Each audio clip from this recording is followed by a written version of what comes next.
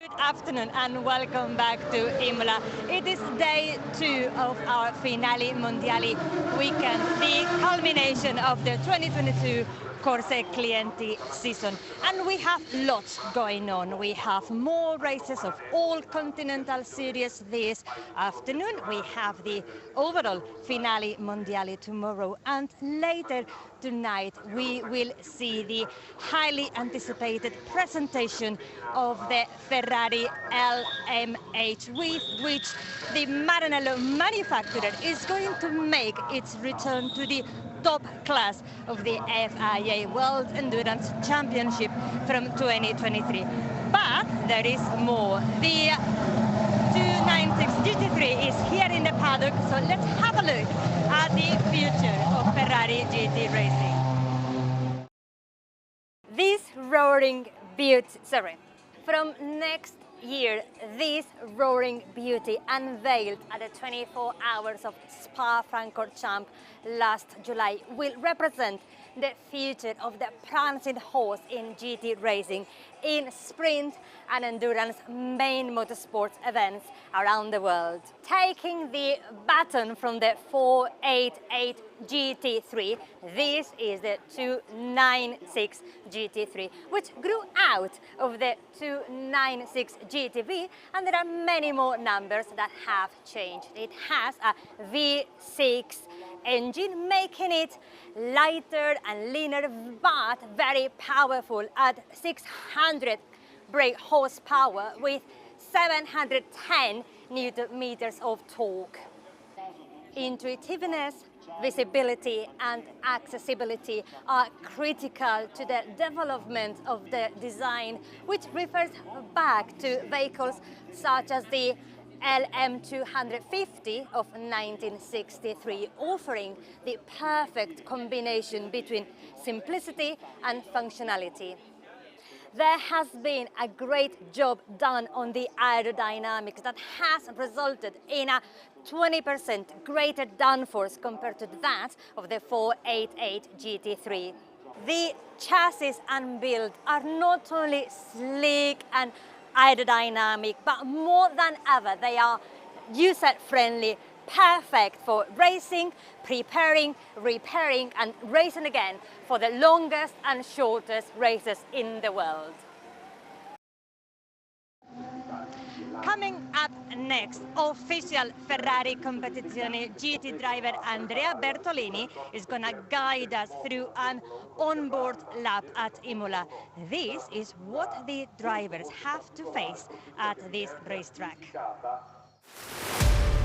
Ora vi porto a scoprire i segreti di Imola, un circuito davvero leggendario, fa parte della storia del motorsport e per i piloti è un circuito pieno di fascino.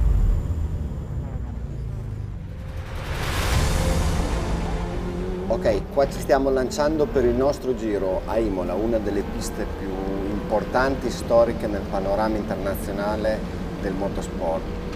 Qui siamo già in settima marcia e raggiungeremo una velocità di oltre 280 km/h, davvero una frenata importantissima dove scaleremo fino alla quarta marcia.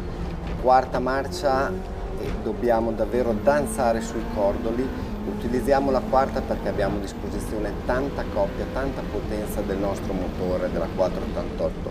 Altra frenata, altri cambi di direzione per poi essere davvero efficaci in uscita, puliti per arrivare alla frenata della tosa. Questa la affrontiamo in terza marcia, dobbiamo curare bene l'uscita, curare la trazione perché abbiamo un rettilineo in salita dove possiamo davvero utilizzare tutta la potenza della 488. Adesso dobbiamo essere molto puliti di nuovo in uscita, questo è uno dei settori più belli e leggendari della pista di Imola. Le acque minerali, davvero una cosa incredibile da affrontare a livello di emozione per un pilota. Quindi siamo già alla variante alta, qui dobbiamo davvero essere efficaci in frenata, tagliare bene i cordoli senza chiaramente esagerare più track limit e uscire per affrontare tutto il rettilineo che ci porta alla Rivazza. La Rivazza è una frenata dove arriviamo già a 245 km/h, grandissima frenata grazie all'impianto frenante a Brembo, davvero efficace. E qua dobbiamo avere un'uscita perfetta, il rettilineo di Imola è davvero lungo, qua possiamo fare la differenza e abbiamo concluso un giro di pista. Imola per i piloti è qualcosa di unico.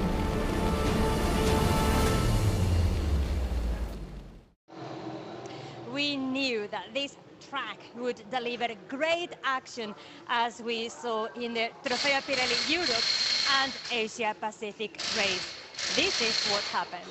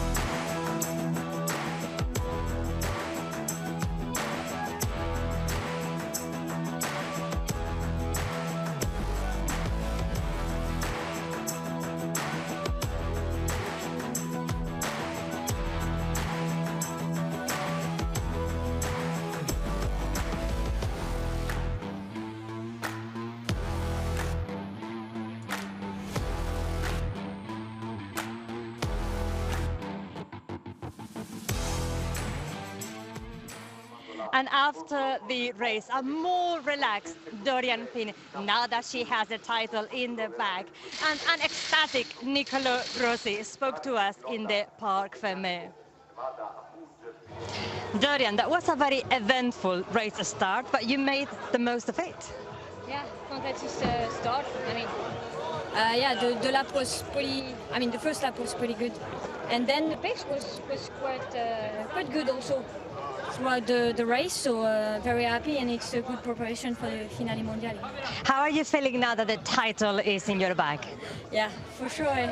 The goal of the season, as I say again, it was to win the championship, so I'm very happy to achieve that before the end of the season. And yeah, I'm happy to continue to win, and I'm here for that, and to win every race as possible. And yeah, very happy, and thank you to the team for the job. Thank you very much. You do feel more relaxed now. Nicolo, a bit of an inherited win, but a win nevertheless, and very well deserved. Indeed, I'm very happy. It was a hard race, it was a tough one. It was a painful. I would say that good things don't come so easy, so I'll take it. I mean, I've been a bit of up and downs, and definitely this is maybe a bit of karma. Thank you very much. Good luck. Thank you. Smiles all around, and we love it. The day had already begun with a fantastic Copa Shell race. Let's relive the best moments.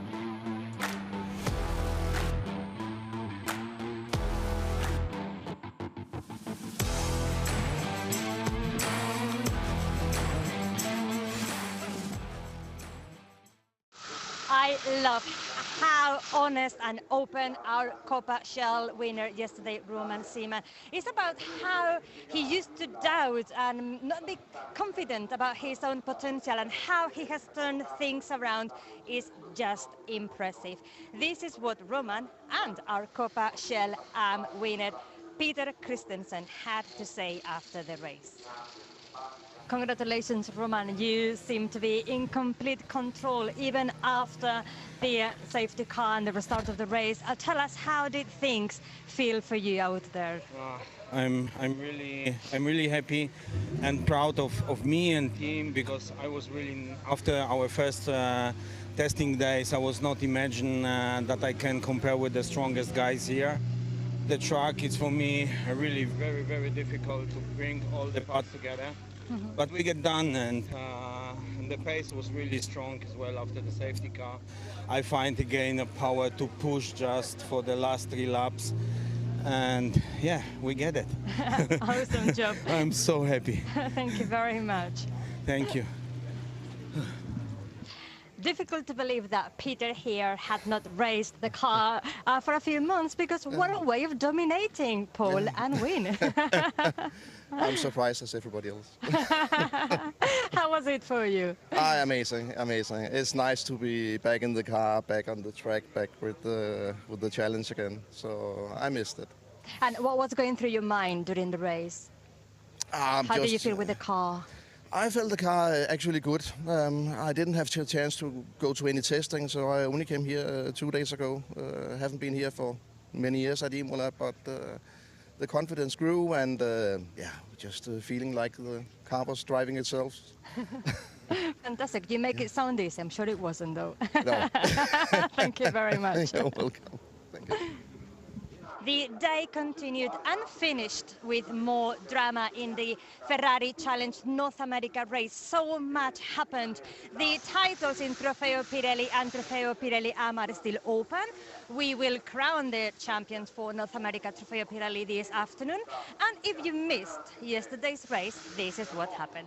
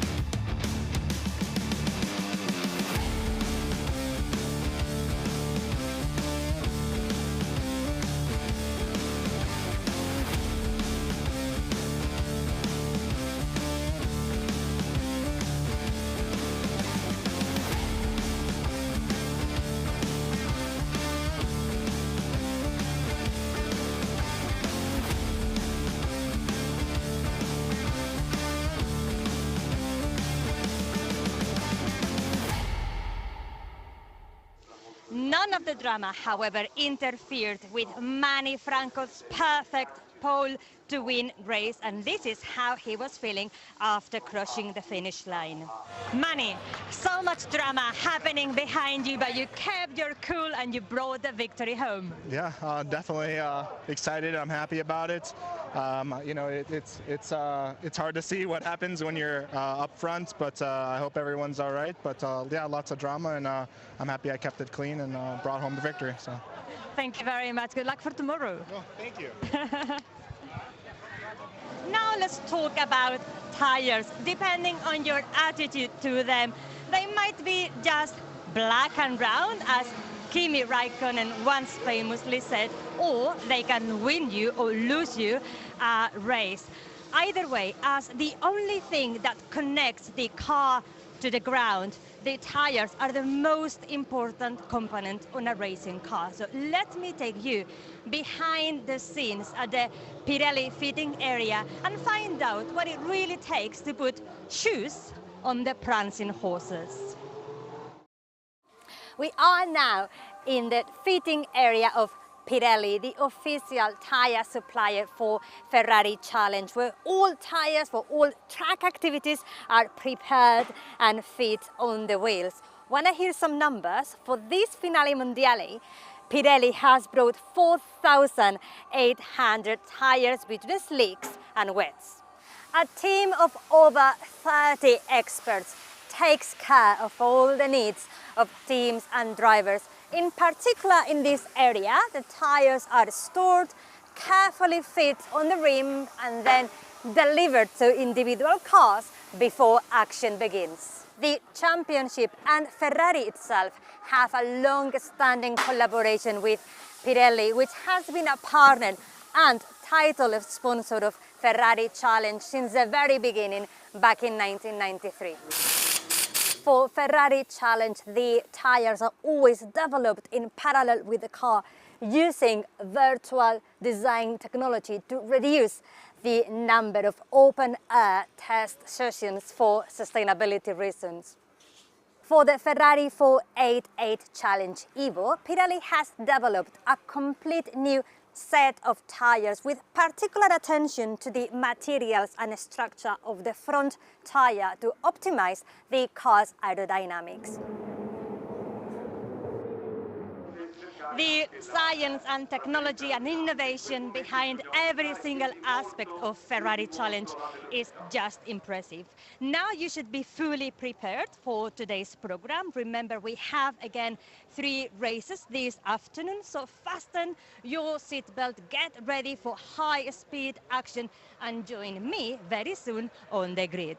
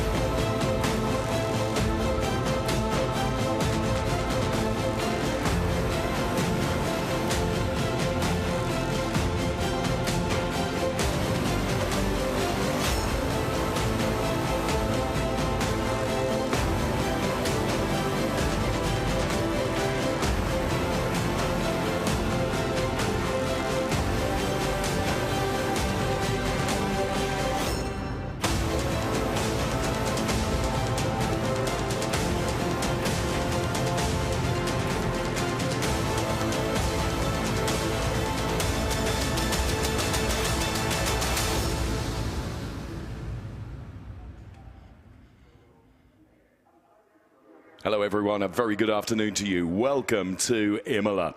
It is the Finali Mondiali weekend here, and it is the Trofeo Pirelli Race 2 of this weekend that will get underway shortly. Race 2 is on the Saturday. Why is that? Because ordinarily they're Saturday and Sunday. Well, of course, we had race 1 yesterday, so hope that you joined us for that. And of course, tomorrow we have the non-championship Finali Mondiali event. Oh yes, the Gold Roof Final, as I have called it, the World Champion, to find out who will be World Champion in terms of Pirelli and Pirelli AM, and of course all of those drivers We have them all regions here this weekend in Finali Mondiali, because we have our European drivers on the track right now. They are joined by drivers from our Asia Pacific series, and of course we have the North American region with us here this weekend as well. Finali Mondiali always means something special. Of course it does. It's a huge festival of everything that is absolutely brilliant in the world of the prancing horse, literally just up the road, of course, in the house of Maranello. And look at this. Some additional aerial attraction to our racing to be enjoyed. As if a 488 Challenge Evo was not a beautiful machine enough. Listen to the noise that comes out of the Eurofighters. That almost rivals the power plant of the 488 Challenge Evo for absolute spine-tingling excitement, of which there will be plenty this afternoon with our Trofeo Pirelli Race 2. Beautiful machines being piloted to utter perfection. And that could be applied to the aerial movements that you've just seen, or to the cars and the drivers that we will see on the track. It was a really compelling qualifying session earlier on today that saw Alessio Dono be the fastest, going from the CDP Best Lap team, going from P1. Alongside is John Wartique, and down there on the grid is Marietta Evans. Good afternoon from the Trofeo Pirelli grid, where on pole we find 17 years old rising star Alessio Dono, who has explosive speed. Next to him, John Wartique, a driver with a lot of experience, and just behind them we have our Trofeo Pirelli champion, French rocket pocket, Dorian Pin. So an explosive mix cocktail for a breathtaking race start, I'm sure. Let's hear now from Alessio Dono. Alessio, after yesterday, I'm sure you are hungry for a good result. How have you prepared for today? What's going through your mind? Yes, today I'm very happy because my first pole position in this championship. Today I'm start the first road, so I'm very happy. I'm ready to go, and I will to go my best. Good luck. Alessio Dono then going from P1. A brilliant qualifying performance. Can that P1 in qualifying be converted into P1? Well, we will find out in about 35 minutes' time. There was Pino Frascaro, one of our Copa Shell drivers that we just walked past there with our one of our handheld cameras. Here we can see to the right-hand side of the grid, that is the shape of one Mr. Luca Nurmi, who is just about to get into his car. To the left-hand side of the screen, you saw the car of Nigel Schoendeverd. So the grid is a very busy place indeed with of course, some of our Competizione GT drivers, Alessio Provera, that we just walked past there. To the right-hand side now is Christian Brunsborg, and there is Niklas Nielsen. Now, Nico Spalek, who is alongside me as always. Christian Brunsborg was very unfortunate yesterday, and he'll be hoping, as another driver, to right wrongs of yesterday. Yeah, indeed. Good afternoon, everybody. Yes, Christian Brunsborg was kind of the pinball ball in a move which really went awry, and it was Angebadi actually careering into Marco Pulcini. But since Christian Brunsborg in the lead for the AM race was just ahead of the two, he also got taken out. No chance to avoid that, and so certainly he will try to convert P2 on the grid into P1 in the race if he can somehow make it happen. He was a completely innocent bystander, as was Marco Pulcini as well, so you're absolutely right. They, of course, will be hoping for better things today. When it came to qualifying, actually, Marco Pulcini, in terms of Pirelli AM drivers, was the quickest in qualifying. He goes from P1. It is Christian Brunsborg that goes from P2.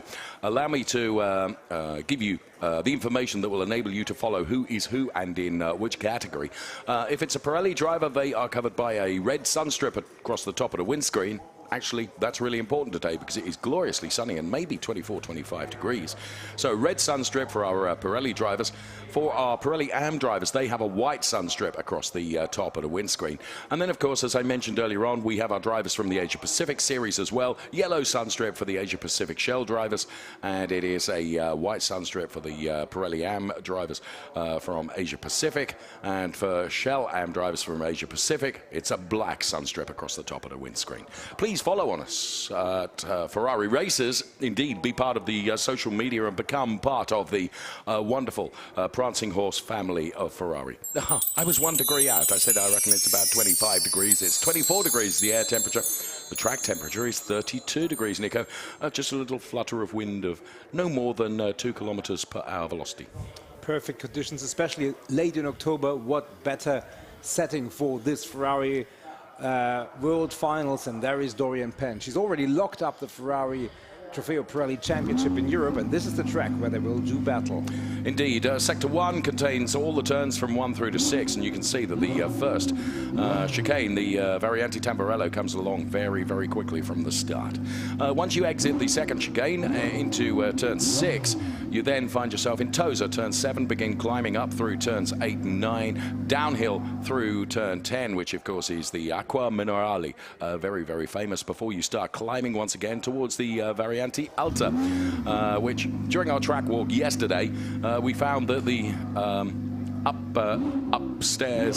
uphill battle was not quite as arduous as we thought it might be. Siamo ad Imola, finali mondiali, dopo tanto tempo ritorniamo sul circuito dell'Emilia Romagna. Una stagione partita con la prima gara del Ferrari Challenge Europa, che poi a mano si è andata a sviluppare su tutte le varie serie dei campionati continentali. Ma non solo Ferrari Challenge, abbiamo Formula 1 clienti, abbiamo XX Program, abbiamo Club Competizioni GT.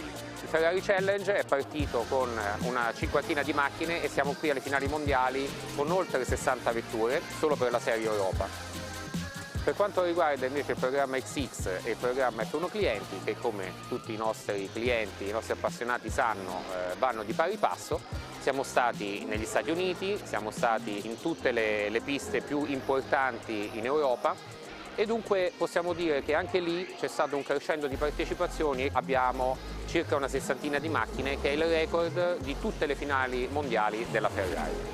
Per cui è con grande orgoglio che citiamo questi numeri, perché stanno a testimoniare la grande salute delle nostre attività sportive. Parliamo poi del Club Competizioni GT, il nostro programma più recente. In occasione delle finali di Imola ci vede con tantissime vetture, un numero veramente importante, siamo quasi vicino alle 30 unità. Non solo gare, ma c'è anche la Gran Premiere della LMH, la vettura che segna il ritorno della Ferrari nel campionato del mondo. E poi la 296 GT3, la vettura che abbiamo presentato alla 24 ore di Spa, che andrà a sostituire la 488 GT3. Per cui non solo gare, tanto spettacolo, tanto divertimento e tante novità.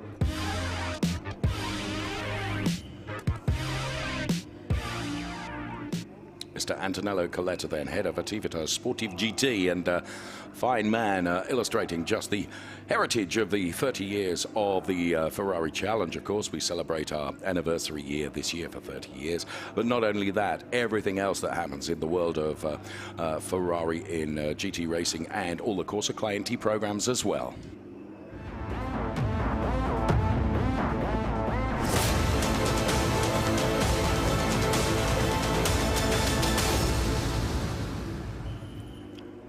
So the jingle and graphics indicate that we are about to go racing. The Richard Mills safety car leads the cars away then.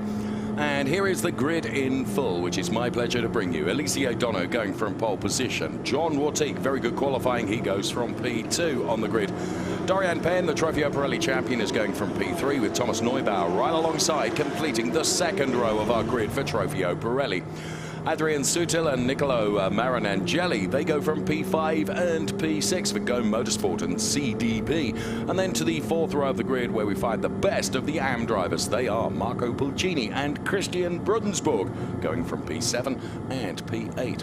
To the fifth row of the grid, where we go next, it's Nigel Schoendevert, and perhaps out of position a little bit is Luca Nomi, a Trofeo Pirelli driver, on the fifth row of the grid, going from P10. To the sixth row, Yuda Uchida is the best of the Asia Pacific drivers. Alongside him is the Trofeo Pirelli AM champion Ange Bardet. expect overtaking from him. Nobuhiro Imada and Hanno Laskowski share the 7th row of the grid. It's P13 and P14 for those two drivers before Andrew Morrow and Max Mugello. Andrew Morrow, such a star in the UK series of the Ferrari Challenge, going from P15 today. Arno Dahlmeier and H seconds, and a big mention to H's daughter, who's celebrating her birthday, Elisa. Happy birthday to you. Alessandro Cozzi and Nicolo Rosi then are on the 10th row of the grid, P19 and P20. And then we find Klaus Sibranson and Alexandre Boucher. They are P21 and 22 of our 31-car strong grid. Kaja Yagura and Eric Chung go from the 12th row of the grid. It's P23 and P24 with Motohiko Osasaki and Faisal Al-Faisal going from P25 and P26. Kazuyuki Yamaguchi and Andrew Gilbert are on the 14th row of the grid. It's P27 and 28. Baby K and Mikhail Boucher are on the next row of the grid. Shigeru Kawai going from P31, and the Euro fighters then making their presence known on the formation lap of this wonderful Ferrari Challenge Trofeo Pirelli race. The grid has been revealed in full. The drivers now, the sense of anxiety and tension and anticipation coursing through their veins of these wonderful cars as they head towards the start. Always it is a rolling start. And this, for our Trofeo Pirelli drivers, Nico, is their very final race of the 2022 championship. Yes, absolutely. All championships in Europe have been decided in this category, so we can look forward to a one race. No strategy, no tactics outside of this race. So it's going to be all here within these 30 minutes. Expect drama, expect action. It's all or nothing as we are about ready to go racing. Might I advise you to hold on to anything that's loose-fitting, because, boy, this is going to be exciting. Stand by as the cars form up in side-by-side grid formation and head towards the timing line and the lighting gantry. You can see Alessio Dono is champing at the bit to get going. John Vortique is deadly at the start of a race. Let's see who is going to be P1 into turn 1.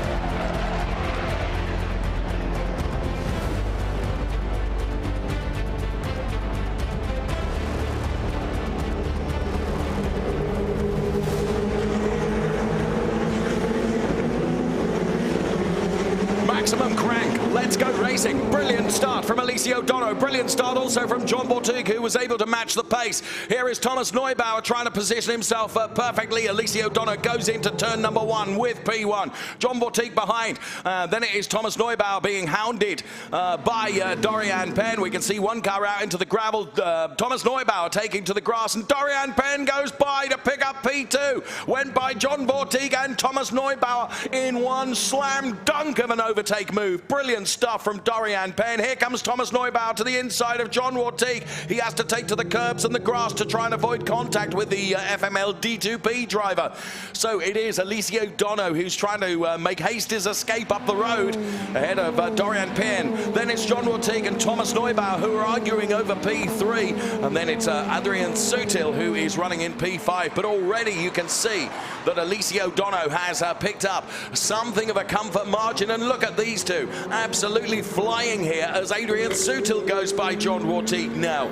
So it's Dono, Penn, then it's Neubauer, Sutil, and Vortique now finds himself in P5. Bear in mind he started on the front row of the grid. The best of the AM drivers is Nigel Schoendeverd ahead of Marco Pulcini. Wow, what a start to the race, Nico. Very exciting. Yeah, absolutely. And it's John Vortique who really suffered because he was really battling with Thomas Neubauer and looked like he had P2 sewn up. And then the two got fighting and Dorian Penn slipped through. Very much a loser in this is Nicola Rosi, and it goes John from bad Vortique. to worse for John Vortique. I think he can keep it going, but obviously now that is his reign is utterly ruined. I was about to say Nicola Rosi really dropping down the order from his position, only down in P17. So certainly not the great start. Nigel Skundervoort, as you said, really, really good start, has made it up into P1 in the AMS. Did you happen to notice who it was that made contact with John Wartika? He was being followed by Nigel Skundervoort, I believe, but I'm not casting any aspersions because I didn't see it. I only saw the result of it, if you will.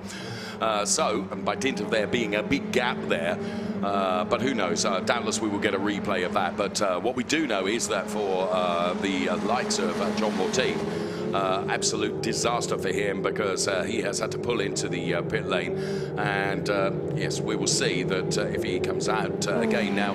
I mentioned, you will recall, right at the start of the race, I saw one car through the first chicane into the gravel, and I wonder whether that was Angibardi, because he's also being shown on our graphics as being in the pit lane.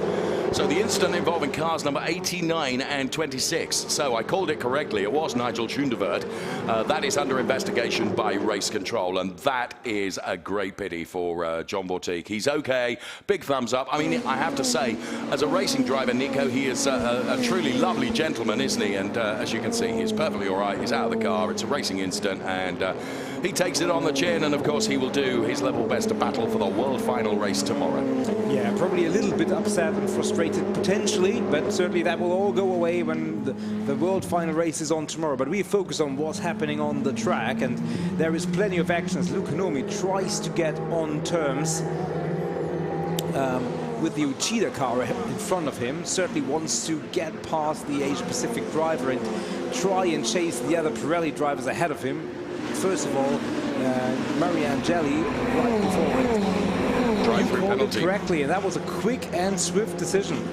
Claudio Garavini is our race director, and I have to say, having worked with many race directors over many years of this this wonderful sport that we love, I mean, that was a no-question penalty. There was nothing malicious there from Nigel Skundervoort. It was just an ambitious move that was, regrettably, and it's easy for us to pontificate because we can see it from a completely different angle. When you can see a gap there, you're going to go for it as a racing driver. That's what Nigel did, and unfortunately, the consequence was John Wartika was taken out of the race. So, drive-through penalty for Nigel Skundervoort, which will take him out of the lead of the Trofeo Pirelli AM race and give the lead to Marco Pulcini ahead of Christian Brunsborg, and then it'll be Hanno Laskowski that is P3 as Luca Nomi, then, as so poetically described by Nico, is desperately trying to get past the Asia-Pacific driver that is betwixt himself and getting on terms with the cars that are up ahead of him, which of course he needs to be with to try and overtake and to get any chance of being in the podium paying positions, which is going to be a big ask for Luca Nomi as he runs in P8 at the moment, and he's still fighting so hard with Uchida here. And of course now you've got the situation where Marco Pulcini is in there as well. Here comes, I think, Luca Nomi's going to have a go going into Ravazza 1 on this occasion. He certainly looked close enough to be able to do so. Let's see. No, he's not able to dive to the inside. So this is playing into the hands. A big beneficiary here could be teammate of Luca Nomi's, and that's Christian Brunsborg, because it is allowing Christian Brunsborg to keep with Marco Pulcini. And if Luca Nomi in any way can advantage Christian Brunsborg, who's in the red car behind the blue car, which is Marco Pulcini, that would be of great benefit to him. So the 402 car for Rosso Scuderia is one of the Asia-Pacific drivers. It is Yudai Uchida. And Yudai has got absolutely no reason whatsoever to give way to Luca Nomi. Why on earth should he do that? He's got track position overall, and he's going to maintain that as Nigel Skundervoort comes into the pit lane to serve his drive-through penalty. Very warranted, issued by Claudio Garavini, along with a wrap across the knuckles, I would suggest, that may come a little bit later on. So, wow, what a race, and what an opening 6 minutes we've enjoyed. Yeah, absolutely. And Uchida, obviously, he knows that Yamada is the next driver behind him. There are 3 European cars between them, and he certainly would like to keep it that way. Yes. Because as long as that's the situation, no chance Yamada can attack him. So, absolutely. And as you say, Pulcini and Brunsborg, now that Skundervoort has taken his drive-through penalty, it is the battle for P1 in the race for the AMS. So, I think we can go down into the pit lane, and I suspect, I didn't hear quite correctly our director, I suspect he's, that Marietta is able to speak to the displaced John Wartika.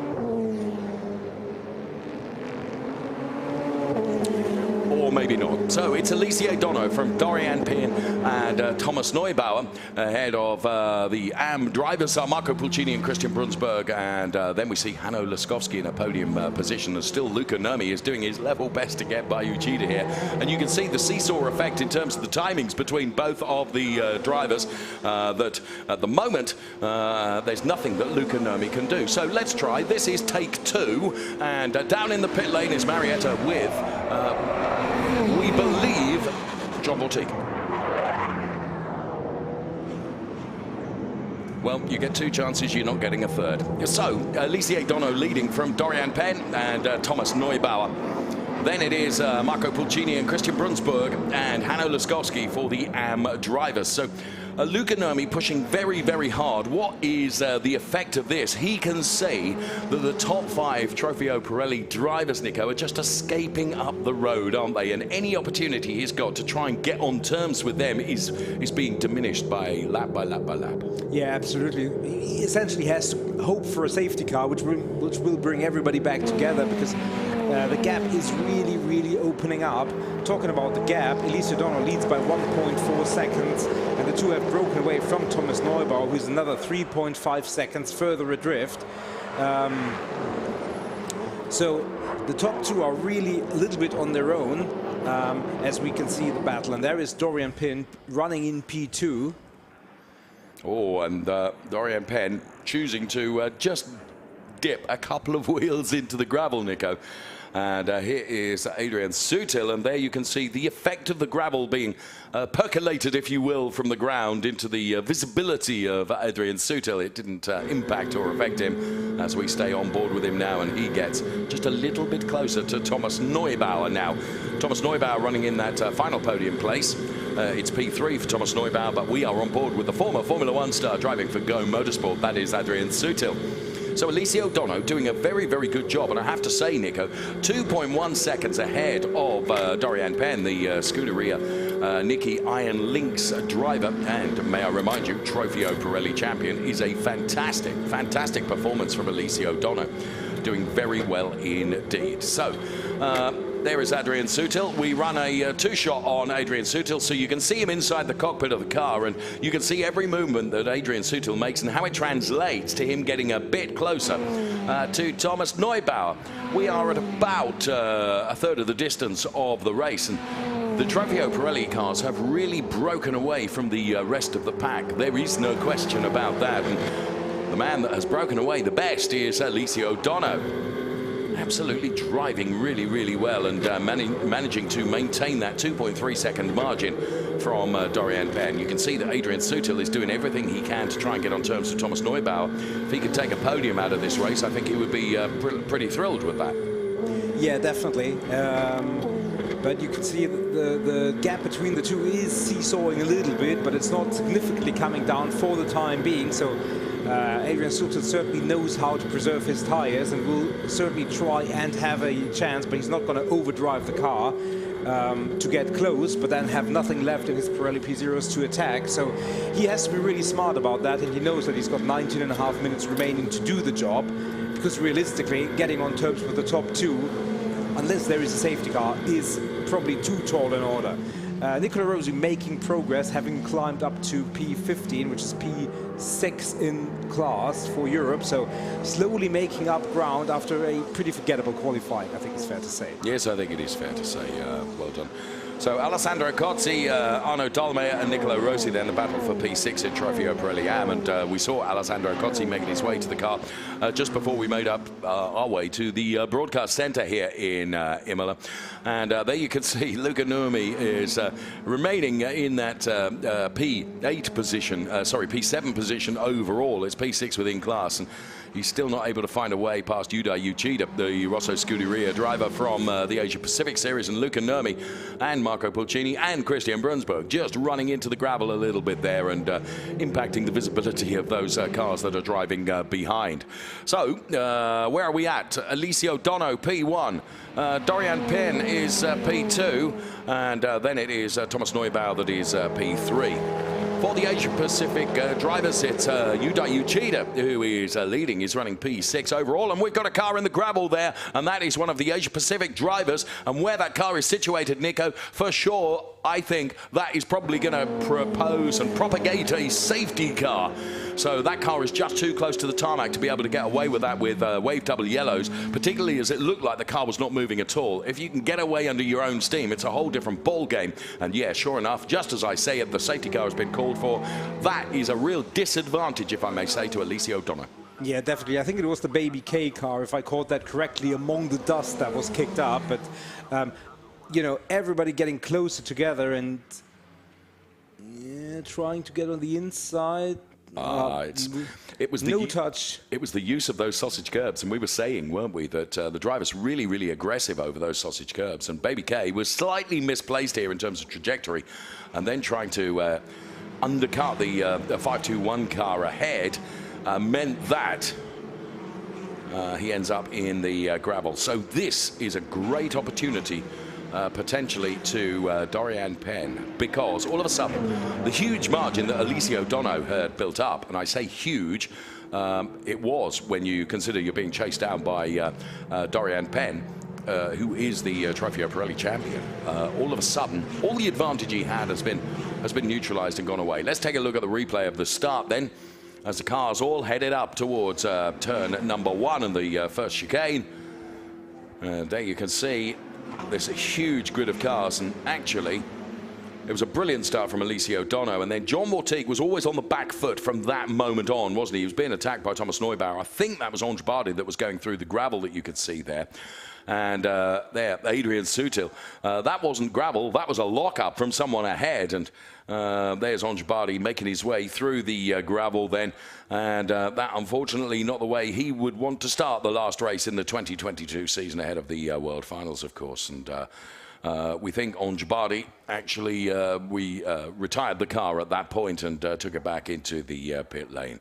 The Scuderia Nicky Iron Links team were saluting and celebrating the fact that Dorian Penn had taken advantage of all heck breaking out around her, and indeed put herself into that P2 position, and now she really does have an opportunity when we go back to racing to get by Alicia O'Donnell, potentially, Nico. Well, you say that, and it's certainly accurate. On the other hand, she had a 3.5 second gap towards Thomas Neubauer, which also has been taken away, so therefore she will certainly look to attack, because she always looks to attack, but Thomas Neubauer will think the same. Well, actually now I'm in touch.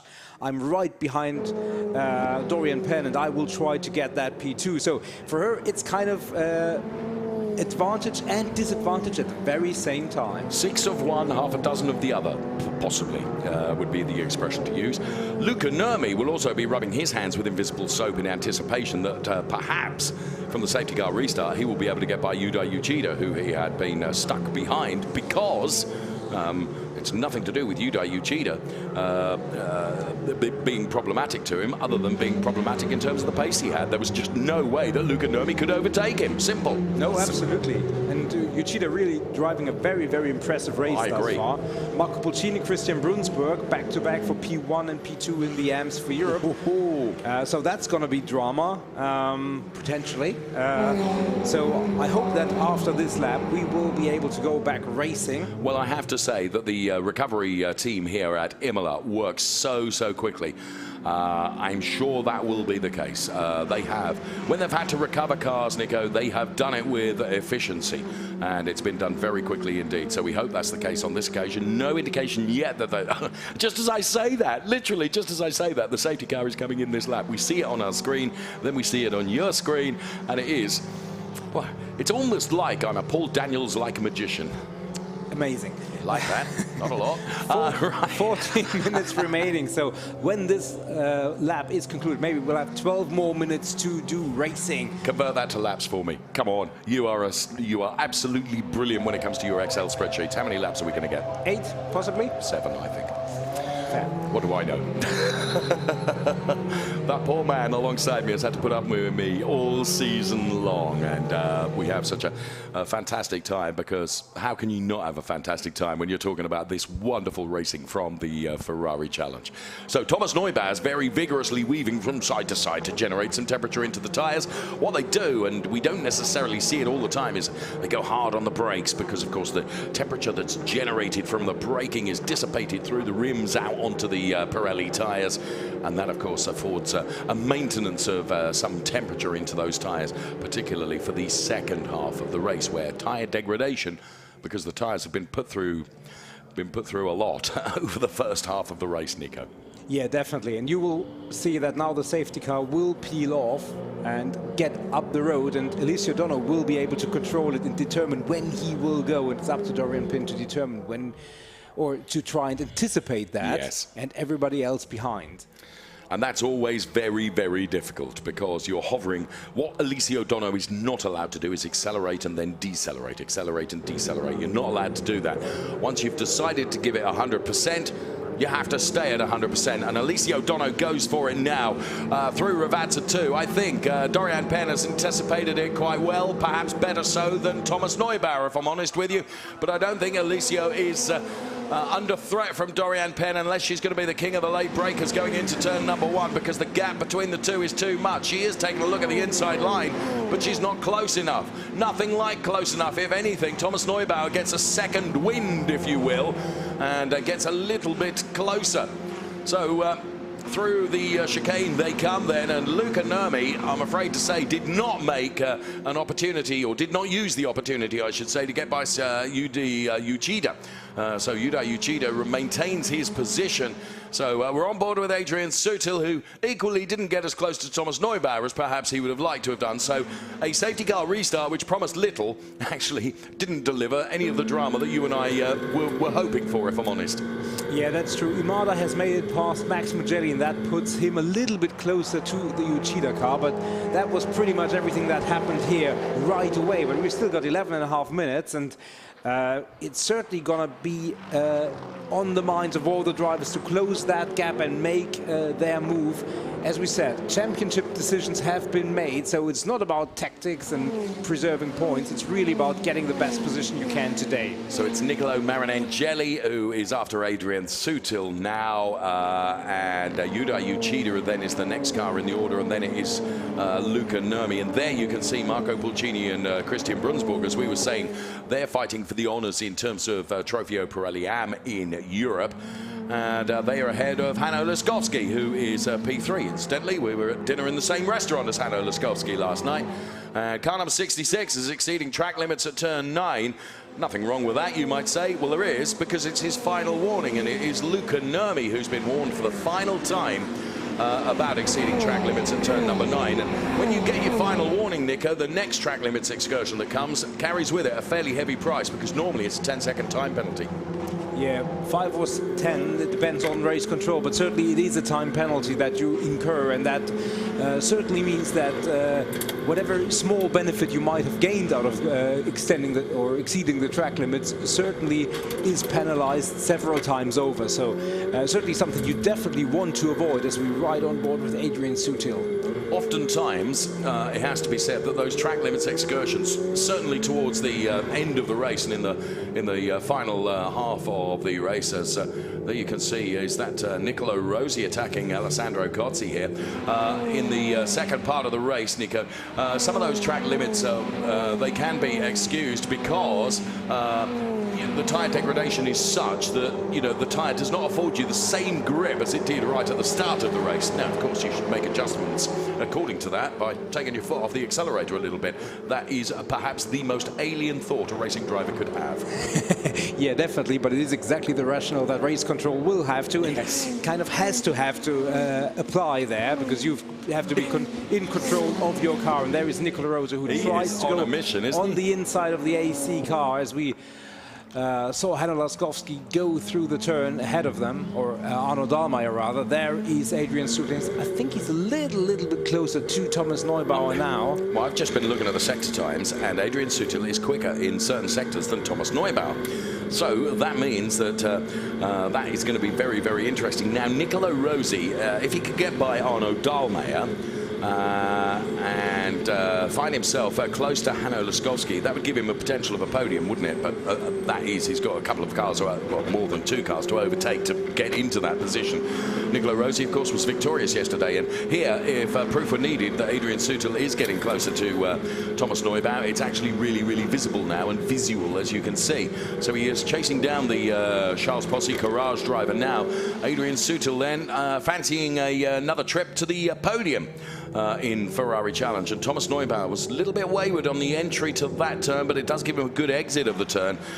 Adrian Sutil, of course, a fine Formula 1 driver with lots and lots of experience. He knows how to manage tyres because it's, as does Thomas Neubauer, is a hugely successful driver as well. But for my money, Adrian Sutil has been not so aggressive, as more super smooth and just quietly stealth-like getting closer to Thomas Neubauer, whereas Thomas Neubauer tends to be really, really aggressive, and you can almost see that through the car movements, the fact that he's throwing it all over the track. Yeah, definitely. I would definitely agree with that. And certainly in terms of tyre preservation, that bodes well for Adrian Sutil. Now, Luca Nomi has closed the gap a little bit to Uchida, but he has to be super careful in terms of track limits and not picking up a penalty. I thought it was really interesting when we were on board with Adrian Sutil earlier, and there was the part where the gravel was on the track, how you could hear it hammering against the underbody of the car. And obviously gravel on the track is something the drivers absolutely don't want to encounter. For sure, for sure.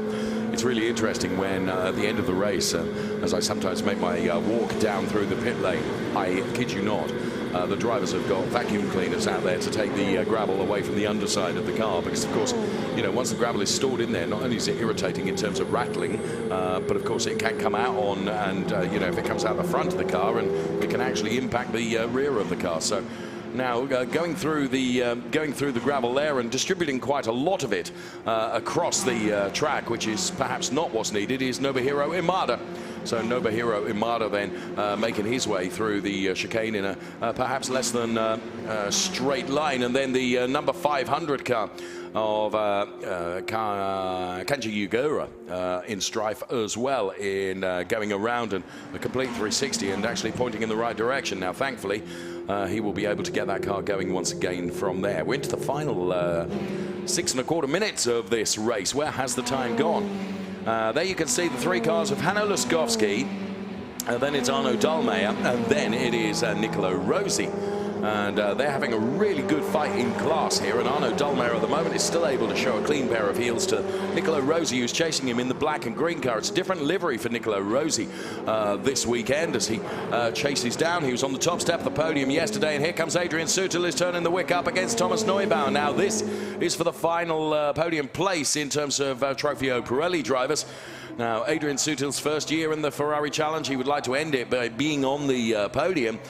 Takes quite a lot of curb, more so than Thomas Neubauer. You can see there as Adrian Sutil is absolutely determined, trying to find a way past Thomas Neubauer ahead of him. It's going to be tricky to do that. They're out of the Rivazza turns. They're onto the start-finish straight, which isn't now. And the reason I say it isn't is because it's got 2 kinks in it where you run as close to the wall as you dare. Is Adrian Sutil going to have a go going into the first chicane? No, he's not quite close enough to be able to do it, but you can see that Thomas Neubauer and Adrian Sutil are really attacking those curves and doing everything they can in the final stages of this race. Just 5 minutes left to run then for our Trofeo Pirelli and Trofeo Pirelli AM drivers here, and Adrian Sutil still chasing down Thomas Neubauer for the P3 position. The difference between them is minuscule. It's like 3/10. A little bit of a wobble there from Thomas Neubauer. You can see the back end of the car stepping out, and that meant that Adrian Sutil can get even closer to him. Barely the width of a piece of A4 document paper between the 2 of them. Brilliant driving from both of them because they've been really clean and tidy, and Adrian Sutil is trying to just provoke a small error, if you will, from Thomas Neubauer, but Thomas Neubauer, generally speaking, does not make errors, and car number 6 is exceeding the track limits at turn number 9, which is the final warning for car number 6, and that's Thomas Neubauer as we get a safety car, and the safety car is, whose car is that, Nico? I think Klaus Sebranson, potentially. He's certainly dropped off our timing screen, and there is that Nicolo Rossi? I think it is, yes. And that's Klaus de Brands and Nicola Rossi. That battle that we saw earlier where Nicola Rossi was involved, and yes. That's really unfortunate. Going across the curves for Nicola Rossi unsettled the car. He made contact with Klaus de Branson. De Branson was, actually just put into a spin, wasn't he? And there was really kind of nothing either driver could do to dial out of that, in all honesty. I mean, quite clearly, Klaus de Branson was not expecting it. Yes, the attentions of Nicola Rossi were, may I say, really rather unwanted, perhaps, by Klaus de Branson. Sure. 3 minutes remaining, and oh no! You can already see that the recovery team is there with the car, so there is even a chance we might go back racing. I think it's very unlikely, to be honest. But I have to say, the recovery team here at Imola this weekend have been exemplary, Nico. Absolutely. So there is still a chance. I will give them a fighting chance after what we've seen this weekend. But 3 minutes, I mean, that's tight. Really, really quick. So we will see.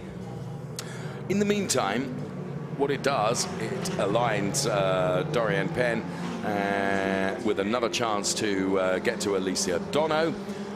And of course, we have, in terms of the Pirelli AM drivers, it's Marco Pulcini from Christian Brunsberg and Hanno Laskowski. So that's the way it looks then, and with just 2.5 minutes remaining, Nico. Yeah. Sono venuti qua per fare la prima esperienza nelle finali mondiali. Oggi abbiamo visto in prova libera 2 con il treno di gomme nuove, con i tempi ci stiamo insieme agli altri. Le aspettative, visto appunto il prove libere 2, sono tante, si può fare bene, la macchina c'è, il team c'è tutto l'aspetto dietro la macchina. Siamo arrivati con l'obiettivo di far bene, la pista è bellissima, poi qui in Italia è una delle più belle per me. È molto guidata, molto tecnica come pista e speriamo di far bene. We thought you would like the opportunity to hear from Alicia O'Dono in something that we recorded earlier on, and there he was, and the subtitles, of course, there. Alicia O'Dono, I think he's going to win this race, Nico, because with just 1.5 minutes and the safety car still out, surely that's done for. Yeah, we're in the final sector, and generally the safety car has to turn off the lights by the end of sector 2. Otherwise, it is too late, and certainly as we head down towards Mirazza, even at race speed, you don't do another lap with 1 minute and 20, no. And so that means, unfortunately, this race will end behind the safety car. Not that it lacked in drama. The Alicia O'Dono fan club. Hello, good afternoon to you. You're on the television. Oh. Go Dono, go Dono. Someone's very tired, though. Oh. And there is Alicia O'Dono being well supported here in Imola. So there is the safety car, and the safety car is going to lead the cars across the timing line, and by dint of the fact that the safety car is still out there, we are going to run out of race duration, and you're absolutely right, Nico. We're not going to get any racing laps remaining. So Alicia O'Dono will take the win from Dorian Penn and Thomas Neubauer, I predict. And for the Asia-Pacific drivers, it's going to be Yuda Uchida that will win. We start the final lap behind the safety car. Now, what will probably happen, I suspect, if it's safe to do so, is the conclusion of this lap, the safety car will peel off into the pit lane and at least allow the drivers to take the checkered flag. So lots of applause and support from the many spectators that we have here this weekend, and Alicia O'Dono then having done a brilliant job and will lead Dorian Penn. The race ending behind the safety car, no overtaking. We've had that confirmation on our screen, and there you have it on our screen as well now. The race ending behind the safety car, which is a way that no racing driver wants the race to end.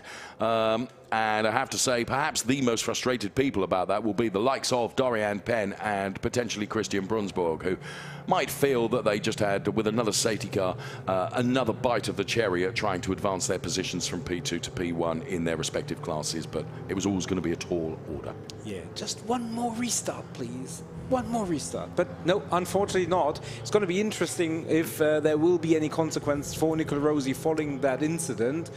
Not that it will change the podium, because it's going to be Marco Pulcini, Christian Brunsberg and Hanno Laskowski. But I'm sure that race control will have a look at that incident and have to decide if that was just a racing incident or it was more. We will certainly find out, as car number 19 is asked to return to the race control after the podium. Well, CDP are celebrating loud and proud. Why will Why will Alicia O'Donnell have to report to race control after the podium, Nico?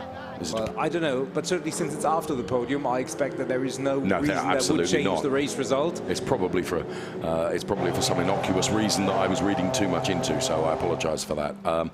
Yes, absolutely. After the podium means that the podium is not in question in any way, shape or form, and I can see no reason why it would have been. So Alicia O'Donnell then, who is going to be victorious in this race. As I said, I think the safety car will peel off into the pit lane and allow Alicia O'Donnell to at least take the checkered flag. We'll find out in just a couple of moments. The lights have gone out on the safety car. So as that disappears down towards the Ravazza turns, so Alicia O'Donnell and Dorian Penn and Thomas Neubauer will be able to at least take the checkered flag. And for our AM drivers, it will be Marco Pulcini and Christian Brunsborg and Hanno Laskowski. So there we have it then through Ravazza 1. Here comes Ravazza 2 then. And Alicia O'Donnell then gives it a tepid footfall to head towards the checkered flag, to receive the checkered flag and to take the win here in Imola. He weaves from side to side and indeed is the race winner. Alicia O'Donnell for the CDP Best Lap team takes the win from Dorian Penn and Thomas Neubauer. For the AM drivers, it is Marco Pulcini, Christian Brunsborg and Hanno Laskowski. The best of the Pirelli AM in terms of Asia Pacific is Yuda Uchida ahead of Nobuhiro Imada. And for the Asia Pacific Shell drivers, it will be Kazuyuki Yamaguchi, Eric Chung and Motohiko Isazaki. And for the Shell AM drivers in Asia Pacific, it'll be Shigeru Kamawai ahead of Baby K, who of course didn't finish the race because ended up in the gravel. Nico, wow. A race that, you know, in parts was supreme, and then unfortunately having to finish behind the safety car, which is always a disappointment, but there we are. Racing is racing. Indeed, and Alicia O'Donnell will be super happy, over the moon, certainly for the rim today, but he'll also have hopes maybe for tomorrow, because given the pace he's shown over this weekend, tomorrow is just one race for all the glory. Indeed. Gold Roof final.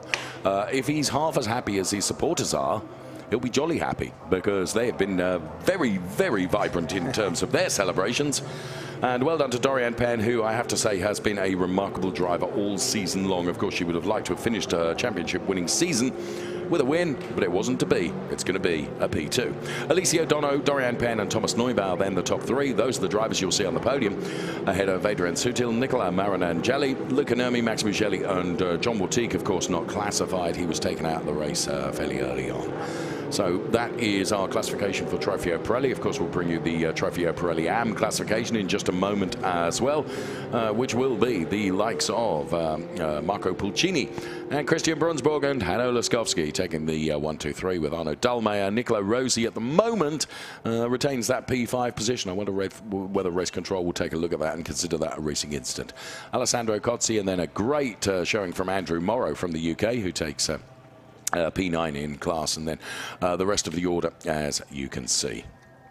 So our final Trofeo Pirelli race of our 2022 season, our 30th anniversary season, is done and dusted. Okay, let's take a look at the podiums then for our Asia Pacific drivers, Yuda Uchida and Nobuhiro Imada for Trofeo Pirelli AM. For Copa Shell, it is Kazuyuki Yamaguchi and Eric Chung and Motohiko Isazaki. And taking the win in Asia Pacific Shell AM, it's Shigeru Kamawai. And there are the congratulations continuing for one Mr. E. Dono. Indeed, well deserved, great performance, and really made it stick from the start. Did a lot of hard work in qualifying, but really made no mistake in the race. Dorian Penn, yeah, doesn't look too unhappy. No, there's nothing that Dorian Penn can look at upon this season with anything other than complete and total satisfaction, I would suggest. Yeah. I mean, you know, Scuderia Nicky and Iron Links, and there's Angelo Dupuy from the CDP team. You can see to the very left-hand side with the light blue shirt there. And Alicia O'Donnell escapes the clutches of all the support. Balaclava comes off, and well done, Alicia.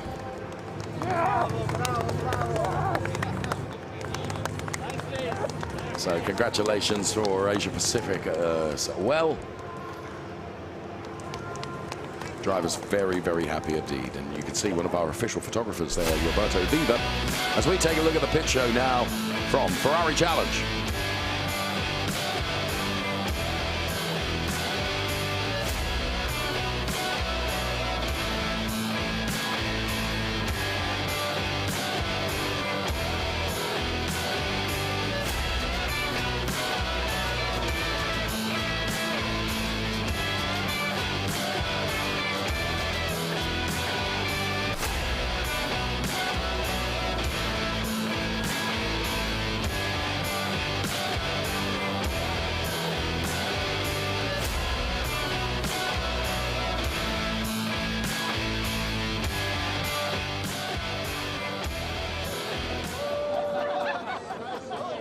Well, those celebrations, Nico, are loud and proud.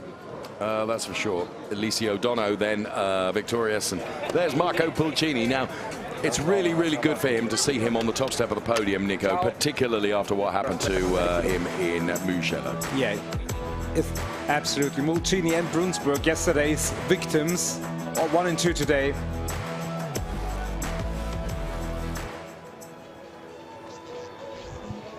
Eliseo, what a brilliant run for us to watch, but how did it feel for you? Yes, I'm very, very happy because my second race I won.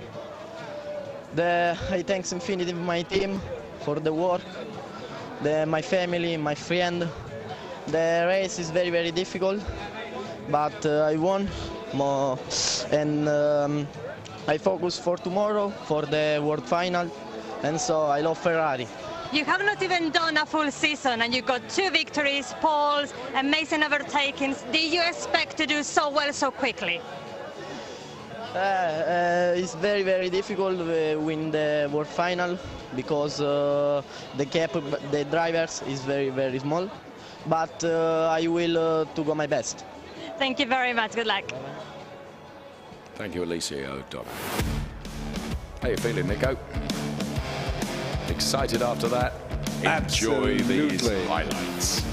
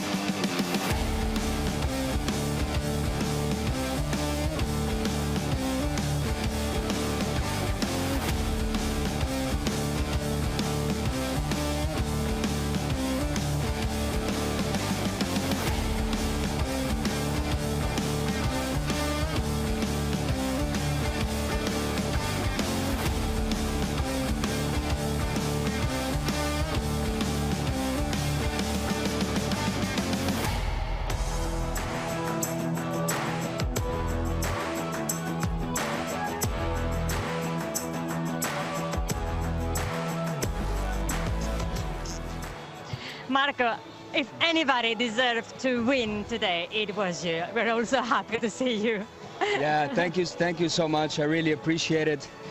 It was a difficult year for me, especially after the crash that I had. I didn't even know if I would get back in the car. Yesterday, another difficult race because I got hit and I had a really strong pace. Today it was hard for me because last night I slept 2 hours. I was nervous and I suffered the race today. I suffered the heat and I had issues with tires, but I mean, I'm so happy and thankful.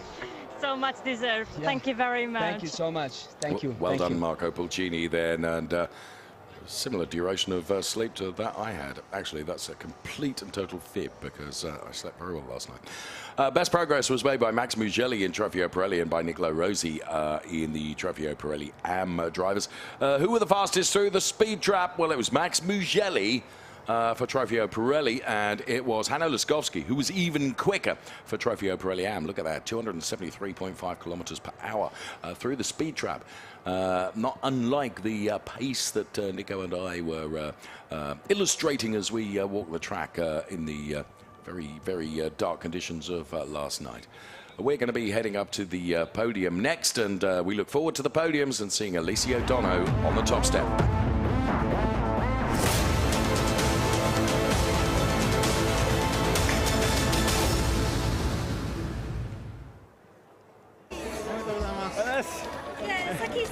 And here are the congratulations then for our Asia Pacific drivers, and in particular Yuda Uchida. Doing a great job, and you can see conversations continuing before we get the podium underway. And the podiums, of course, will be conducted as always by Michele Mambelli, who will be up there, as there is Doriane Penn making her way back to the team, and she, of course, will be appearing on step 2 of the podium, which is something alien for Doriane, really. It's normally step 1, but she'll be satisfied and cannot be anything other than satisfied with her 2022 season in the Ferrari Challenge. Here is Michele. Primo podio, terzo classificato Thomas Neubauer then taking the step 3 of the podium. And then for P2, it is going to be the young lady that we were talking about just a few moments ago, Doriane Penn. She's done jolly well to get up those stairs so quickly. And then on the top step of the podium is hugely well supported here, Alicia Dono.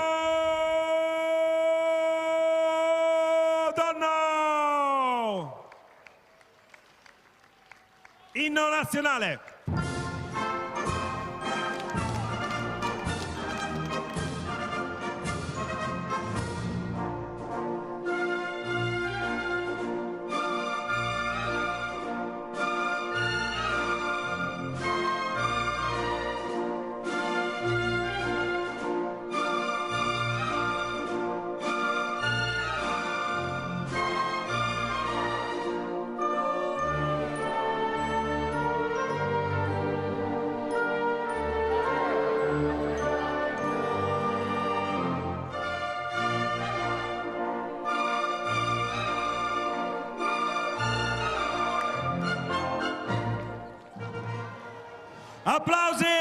Applausi per il podio. Applausi means clap your hands. And there's Alicio's driver coach, Matteo Babalus Santaponte. He'll be absolutely thrilled. I mean, he coaches with passion, Nico, and he'll be so pleased. And there is the hastily, if I'm honest with you, artwork of the Alicia Dono banner that we saw in the grandstands a little while ago.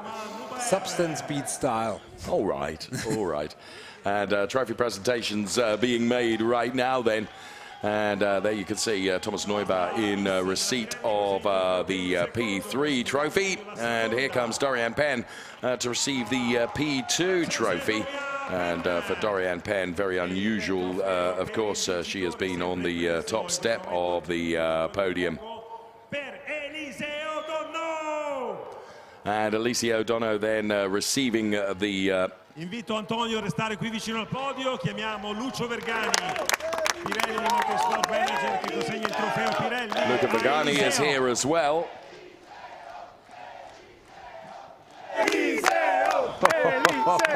Tutti insieme sul gradino più alto del podio, solo i piloti per adesso. Alzate i trofei, lift your trophy please, rise your trophy. Ok, e adesso anche Antonio Fuoco e Lucio Vergani vicino ai vincitori per questa foto di gruppo, questa cartolina.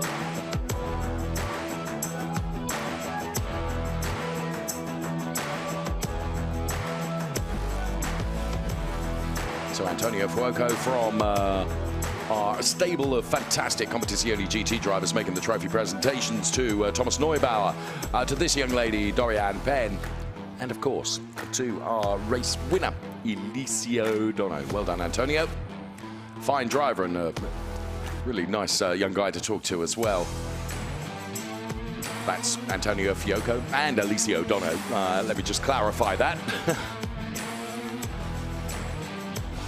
Mr. Vicari, of course, making the Trofeo Pirelli presentation also.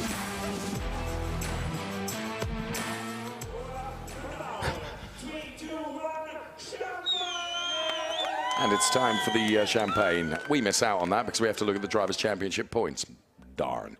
213 points is how Dorian Ben completes her season, a full 55 points ahead of John Bortique and 74 ahead of Luca Nurmi. And Alicia Dono actually finishing the season P4 in the Drivers' Championship points, so that's not shabby by any means. No, especially with the trajectory towards the end of the season, absolutely. he will be feeling very, very positively. Yes. Here comes Hanno Laskowski then, and as I say, we were dining in the same restaurant last night, and Hanno Laskowski is really, really good driver, as indeed is Christian Brunsborg, complete with the shades on, you know, cool dude, whatever. And then to the top step of the podium is Marco Pulcini. Handshakes all round, great camaraderie as always. Of course, when the crash helmet goes on, Nico, every other driver is an enemy, but great friends off track.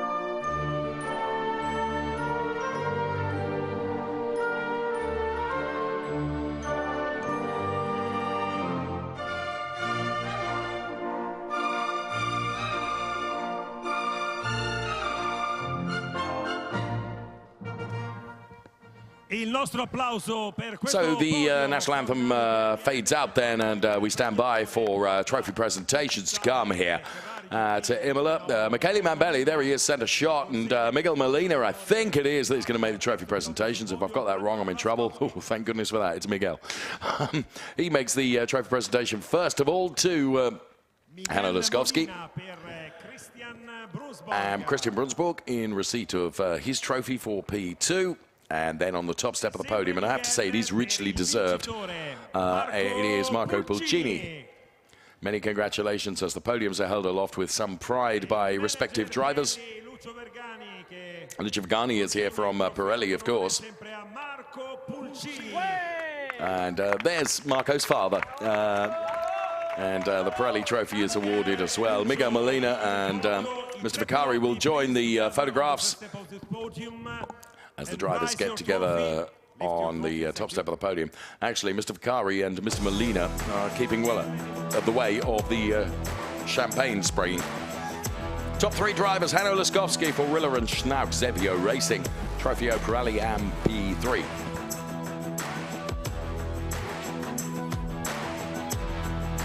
It's P2 for Christian Brunsborg, of course, for Formula Racing.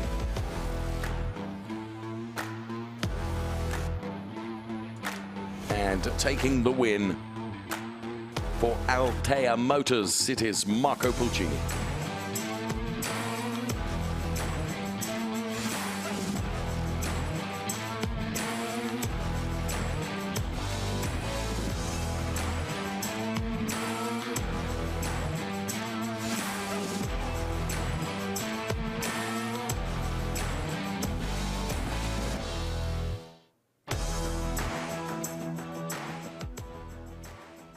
So confirmation of the Drivers' Championship points at the end of our 2022 championship season. Really domination from Ange Bardi, 186 points, 73 points ahead of Marco Pulcini. And look at this, Nicolo Rossi finishes P3 in the Drivers' Championship. A very, very good achievement from Nicolo Rossi, Nico. Yeah, definitely. Great trajectory also for him, and so he will receive his trophy tonight in our gala dinner. I hope to be there. I hope to be there. There you go. Okay, up next then we go to the first of our Asia-Pacific podiums, and it's wonderful to see our Asia-Pacific drivers here.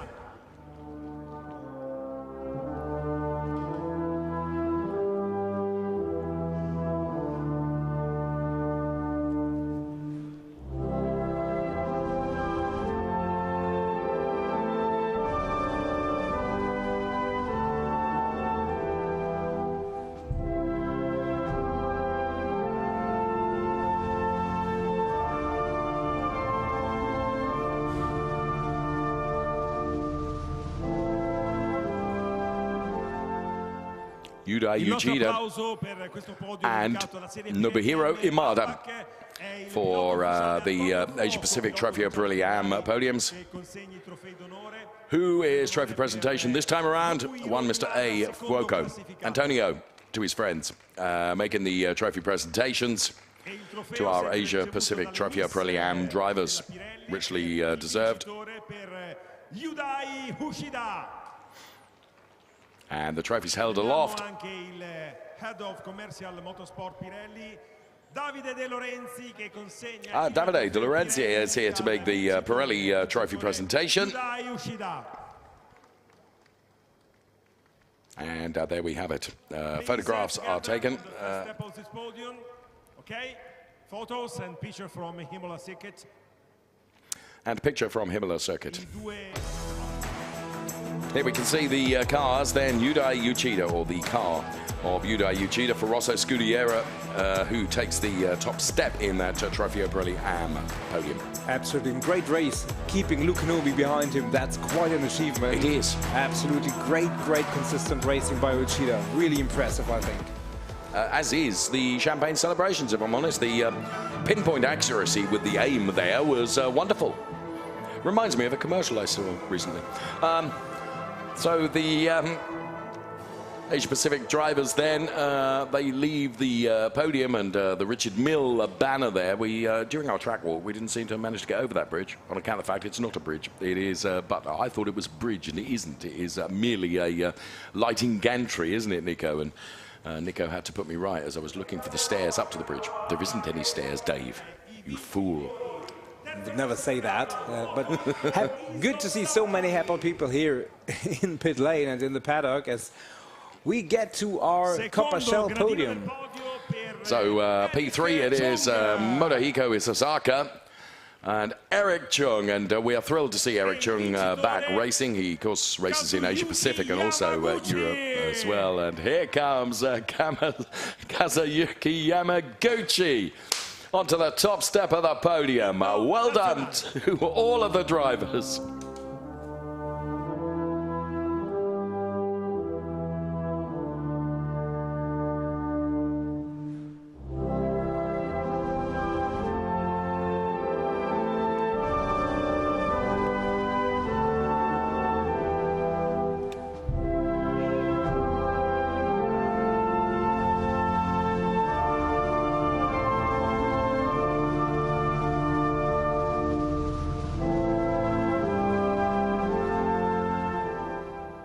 Il nostro applauso per well done to our Asia-Pacific drivers there. Wonderful to see.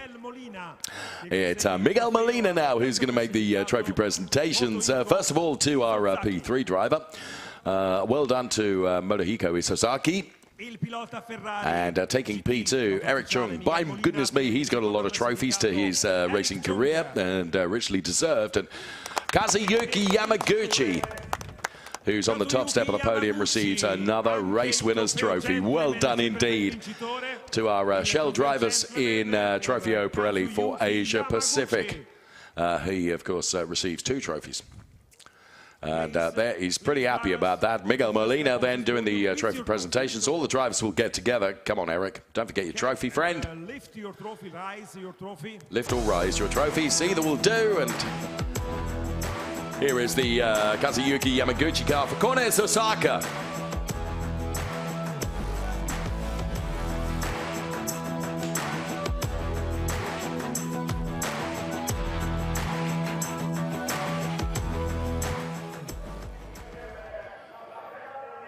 So the champagne about to be sprayed on that podium, and if I'm right, we are going to get a Shell AM podium from Asia Pacific. Not sure. We will see. So now, if I'm right, I think there will only be one driver on the Shell AM podium for Asia Pacific, but I might be wrong. It was Shigeru Kamawai, I believe. So podium is being readied as we speak, although perhaps Baby K, because of the number of laps that Baby K did, whether he will be on the podium as well. We will see. Here comes Michele Mambelli. Oh, and there to the very left of your screen there was Filippo Zania from the Asia Pacific Series. Shigeru Kamiuai then.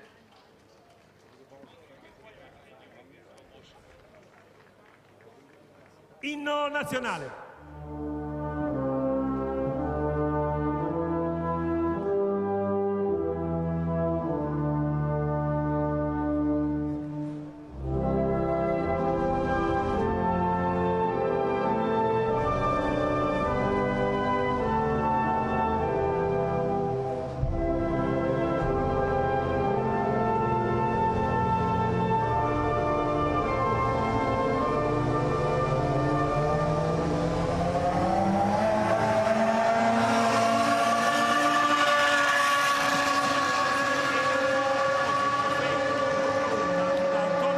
I have to say, that's an awesome version of the anthem that we're hearing. So, trophies being presented on our final podium for our Asia-Pacific drivers. I think it's Antonio Fuoco making the trophy presentations there. So, from Nico and from myself, with the podium just about done and dusted, and with the glorious sound of the FXX programs cars on the track, we're going to bid our farewells from Trofeo Pirelli, and we'll look forward to seeing you for our next races very soon. Bye-bye for now.